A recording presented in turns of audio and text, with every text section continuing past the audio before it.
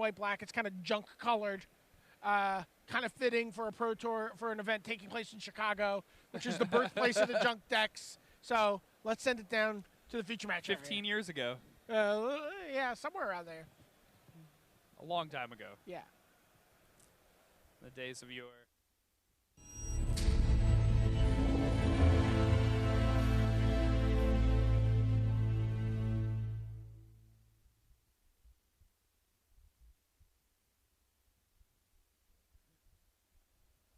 All right, and here we are, ready to get down to business. Brian Kibler, looking at his opening hand, the signature card shuffle. A Pro Tour champion, Brian Kibler. It's like more like a spasm than a shuffle, right? It's just like, you get a look at Caleb Estrada, his opponent. We don't know what he's playing. We haven't gotten our deck list yet. We knew we wanted to get Brian under the camera. We wanted to see this deck. It looks like he's on Jund. A good matchup for Brian. One of the reasons he's playing the deck. Oh, never mind.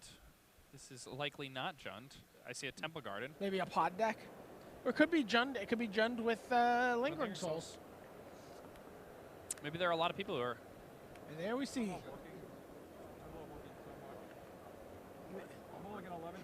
There we see Loxodon and Smiter for Kibler. Turn 2. Right, and I believe I saw a Bloodbraid Elf in Caleb's hand. So yeah, he's just playing like the four color Jund deck. Seems reasonable.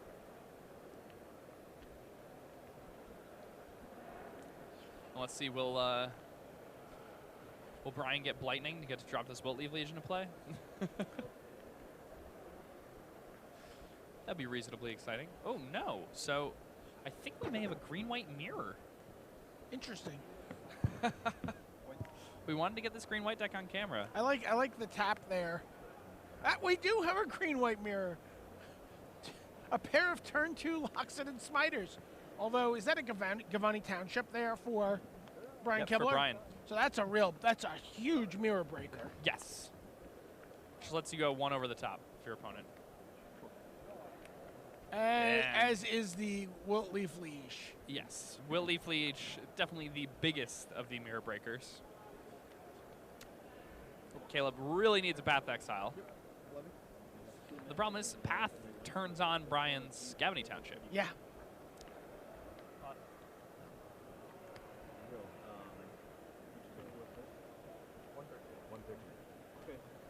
It's funny, the green-white deck, pretty much unknown 2 days ago, and here we have a mirror match. This deck feels like the camera. rock.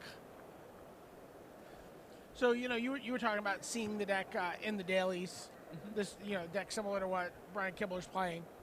And apparently that guy played in the 2-man queues against Brian Kibler a couple times. Kibler, with other decks. Kibler beat him. And as a result, he built a version of Kibler's deck that based on the cards he'd seen.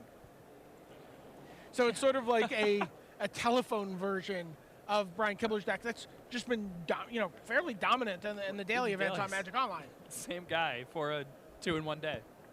So there's the Township mana.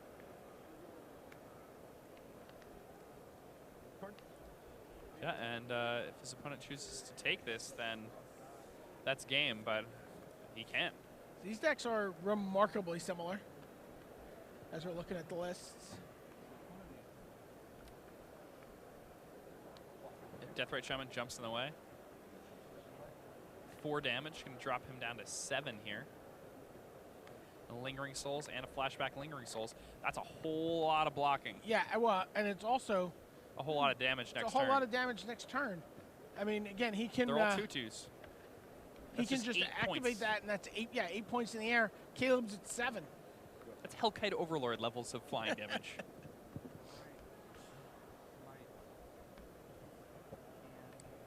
Oh yeah, and the Liege, they're already 2/2s because of the Wilt Leaf Liege. Those are white creatures. Yeah. I was assuming an activation. Oh yeah, they're gigantic on their own. Yeah. So yeah, looking at these decks are actually remarkably similar. Big thing is Deathrite Shaman over Birds of Paradise. Yeah. Kibler said he wanted to make sure his mana guys made mana. Yeah, also, big mirror breaker here. Caleb has 2 main deck pontificates. What is the card called? Zealous Persecution. Zealous Persecution. Who has those? Caleb does. Oh, interesting. And those could have been pretty huge. Yeah. Does he have Lingering Souls? Do you have a matchup for me? He does. He has 3 Lingering Souls. Yeah, these decks are remarkably similar. They have He's 2 Baneslayers. 2 Baneslayers, 2 Baneslayers, 2 Gavany Townships, the 3 Gavany Townships for Kibler. Dismember here. Do you see a Dismember over there? Yeah. Very, very similar decks.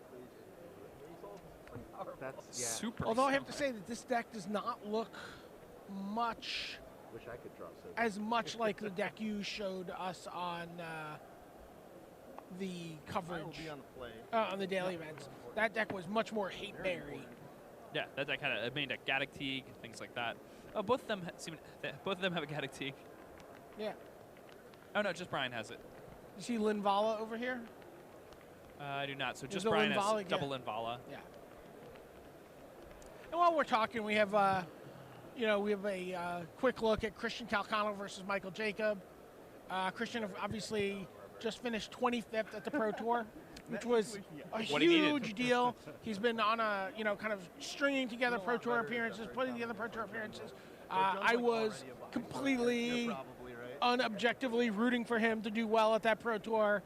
I think we all were. Yeah, of course. And he topped 25. He finished 25th, got qualified for Montreal, and now he's, hitting the Grand Prix and trying to follow up. I'm always excited to see a No, you're probably correct there. a Christian Calcano in the running.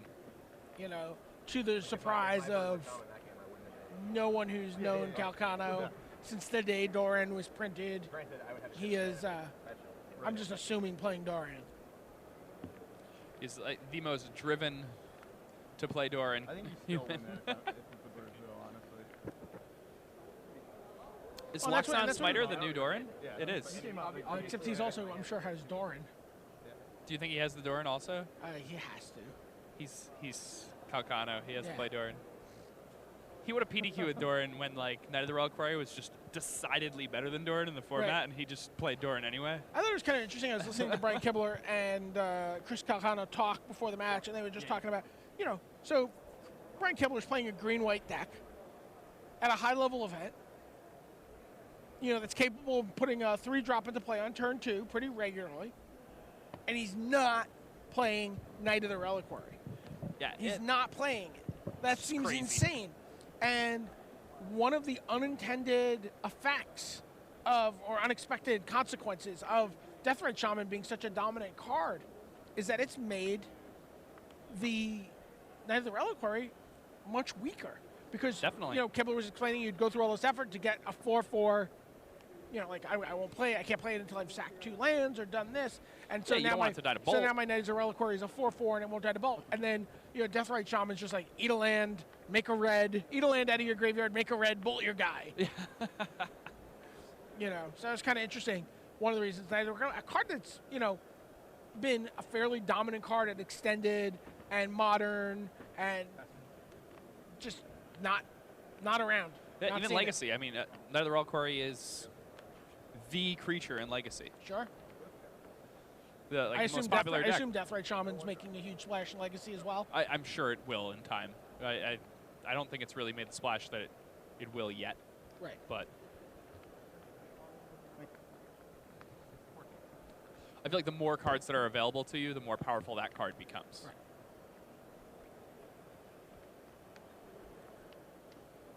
So, looking at Brian's hand, it looks like he does have Linvala in hand, which is pretty good in these mirrors when you have so many guys that tap, have activated abilities. Good against Deathrite Shaman, obviously. Brian going to go ahead and search for a Temple Garden now. Oh, chooses to go for the Overgrown Tomb. Must have white source in hand. Wants to grab a little bit of an insurance policy so that he can use his Dismembers without paying life and flash back his Lingering Souls. Kasali Pride Mage probably coming down this turn. may instead choose to just dismember this Deathrite Shaman, get it off the table before it starts doing anything. And I mean, it's a 1/2 for 1 mana. It's pretty, with all those abilities. It's an aggressively costed card. Yeah. And it's so easy to cast. So Pride Mage comes down. Cat Wizard is not the only Cat Wizard ever printed. What's the other cat wizard? I don't know, but I remember Googling this before, so. Man, what's another cat wizard for my cat wizard deck? I'm just trying to make a Cat Wizard deck. I want to make a deck where I can play Cavern of Souls and just name Cat or Wizard. There. So you see another Smiter, another Deathrite Shaman come down for Strata.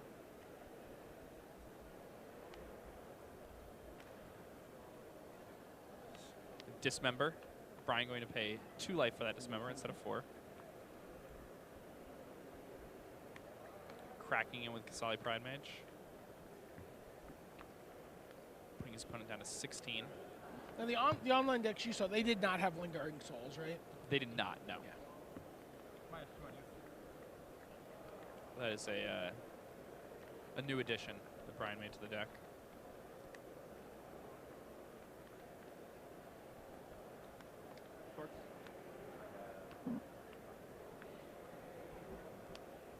All right, so I believe we're going to see a Baneslayer Angel here.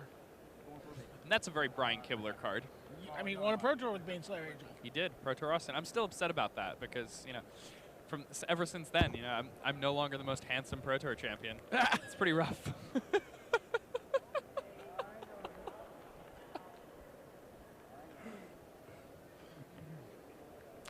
But anyway, yep, it looks like Baneslayer Angel's coming down. A 5/5 flying, first strike, lifelink, protection from demons and dragons. Yeah, and Kibler starts singing Joe Jackson's "Is She Really Going Out with Him" here.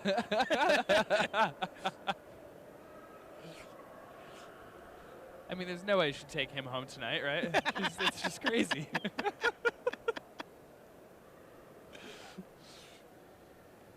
So Brian putting that Gala Shrine into play untapped, telling Sign Path to Exile on that Baneslayer Angel. Caleb going to be able to get mana to start activating that township reliably. Perhaps singing a different song, maybe one by CeeLo, about seeing your ex with someone.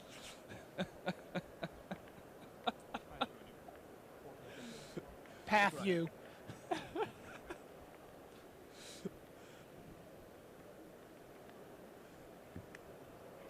And you have a lot of good CeeLo jokes. It just never stops. I do really like the voice. I can't help it. My dad also really likes the voice. It's a strange demographic they have for that program. I mean, it's your dad and I are probably similarly aged, so we might be just the demographic for that program. And there's Linvala. Nice Deathrite Shamans. Yeah, they can still get bigger from the Gavany Township. Start mattering again. Well, that's what I mean. It's not like the. Is that the demographic you think it's intended for? The voice? Like, come on.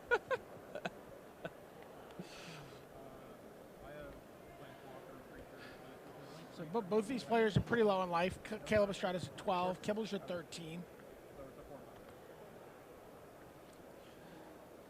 Slide Pride Mage is such a good card. 3/3 for 2 mana in so many ways. Pumps your other guys when you start attacking with flyers. Gives you an incredible. Oh, and there's the Lingering Souls. And with that Gavany Township, that's going to be. Kibler's going to be hard pressed to win this game. 3 spirits and a PG-13 token, it looked like.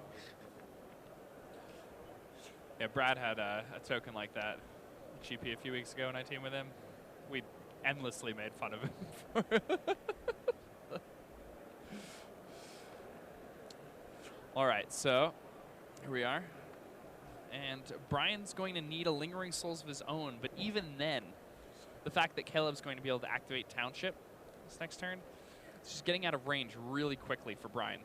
Yeah, he's just like, I'm just going to attack with, I attack you for 8, you block 1. Okay, next turn I make them 3/3s. I get in with 2 of them. It's not going to be easy.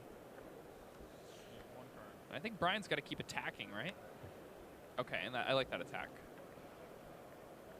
Yeah, but now you just chump with a Deathrite Shaman. There's no reason not to.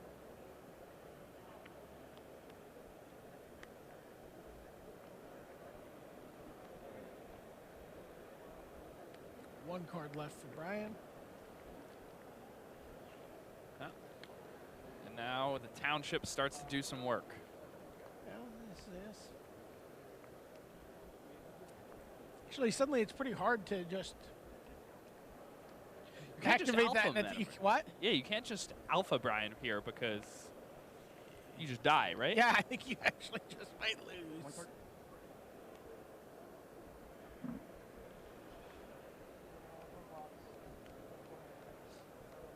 But Brian doesn't really have any good attacks into the Township either.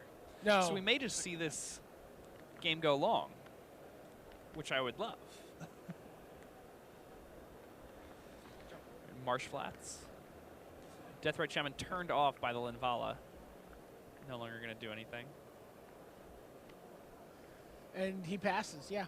Keeps his mana open, says, I got some stuff to do.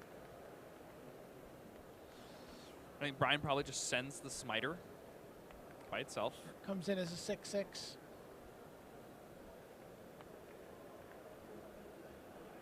He's going to sack the Horizon Canopy, I think, first. Yeah, that's... Just give yourself the most information possible. You may draw another Exalted Creature, something like that. Sure.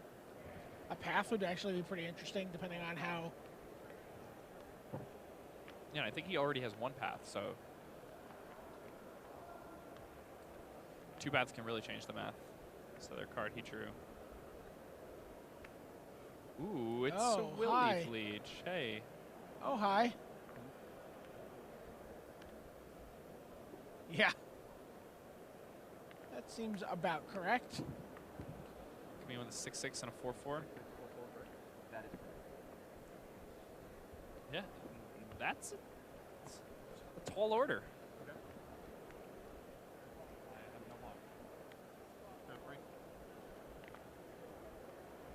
Wait, so Caleb can... No, he can't. Interesting. Okay. He has no good. You're saying like double blocks. Like he can activate the Gavoni Township and like double block and kill the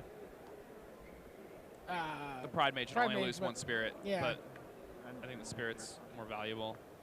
Do you have more die? Okay, so I think he really wants the Zell's Persecution here. That way he can activate the Township and Zell's Persecution. That's the only way he could really win this coming turn. Brian just being Stop dropping your stuff off. constantly I'm the gonna try aggressor this. here.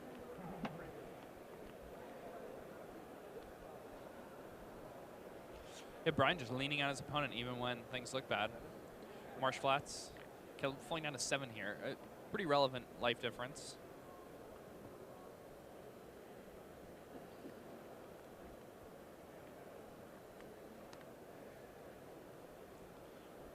Caleb, how many cards does he have left in his hand? 1 or 2.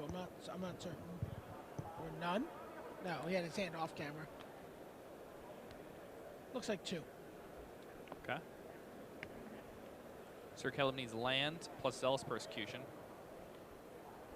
Then he will be able to take this game. Otherwise, it's looking like Brian is just going to be able to Wiltley Fleege his way to victory once again. Well, I mean, his blocks are a little better this turn. Yeah, his blocks are much better this turn. But now he's to the point where he starts getting those situations where he really has to start chumping.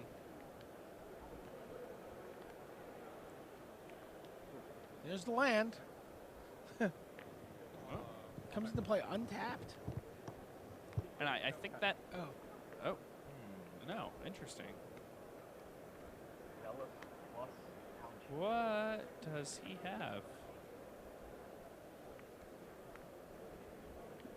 So is that Zealous Persecution not lethal? Oh no, the Zealous Persecution was not lethal. It's only 12 points, and Brian's at 13. So it is Zealous Persecution. You're assuming that's what he has to have. You haven't seen the. Have you seen the card? We haven't seen it from him yet, but there's no other card it could be. If I'm Brian right now, he's got Zealous Persecution.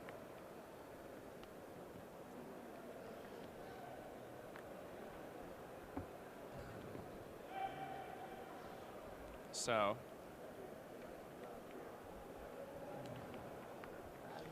I mean, playing that Temple Garden untapped is a pretty big indicator. Gonna start decks before we play. Might work out better. Yeah, in this situation. Yeah, and Brian knows he can figure it out.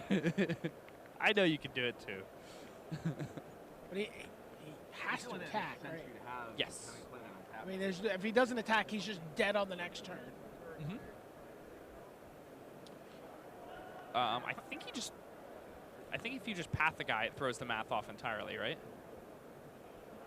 You just path one of Caleb's spirits, and then just attack with everything. He's at 5. Then he needs to chump with so much that. Yeah.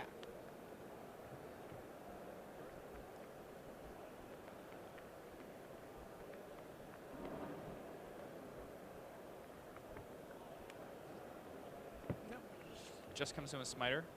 Making huge. 6, 7, 8, 8. So is that 8/8? There's an 8/8. 2 Exalted triggers Hello, and sir, a this Will is Leave lethal. Leash. So the Spirit's going to have to jump in the way. Nice of Brian to just attack with 1. Played around Zealous Persecution very nicely, actually. 3 cards.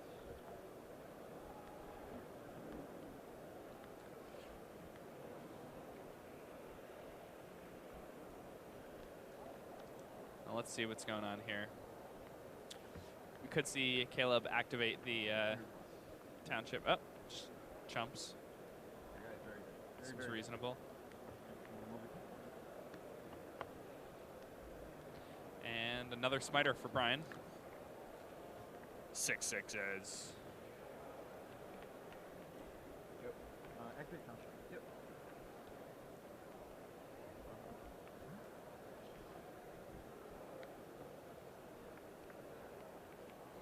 And those Lingering Souls. Just. Do we know what Caleb has in his hand right now? It's. Yeah, well, you're assuming it's Zealous Persecution, which would get him. Assuming, if he's assuming Kibler doesn't have the path, he could. Well, he plays a Smiter. Plays 2 Smiters. Yep. Yep. So we still don't know why he played that untapped, though, right?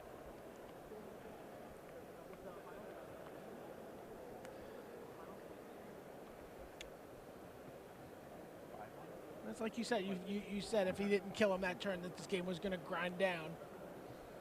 Yeah.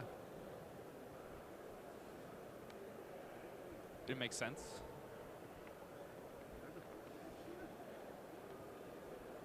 All right, so.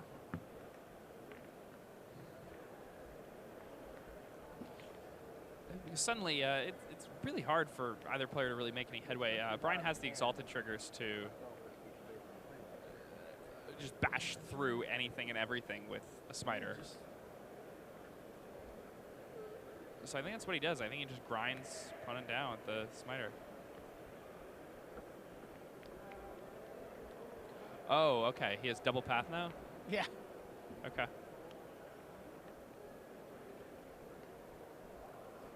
Make him shuffle. Make him go through the. He's like, all right, while you're in there, I'll get the other one too.